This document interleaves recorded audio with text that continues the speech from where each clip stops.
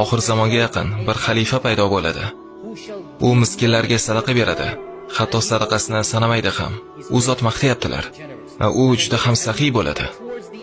Boshqa hadisda oxir zamonga yaqin shunchaki tasavvur qiling. Mahdi qachon chiqar ekan? Dajjoldan oldin.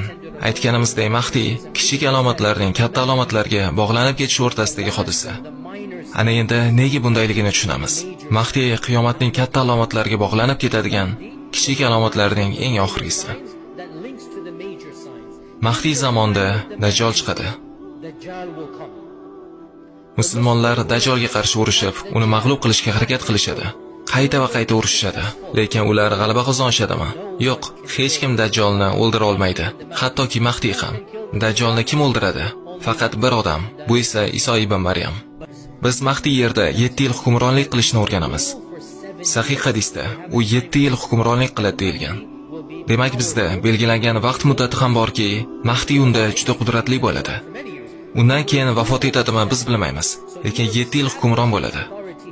U o'zining hukmronligini, saltanatini o'rnatadi va u 7 yil davomida ummatni boshqaradi.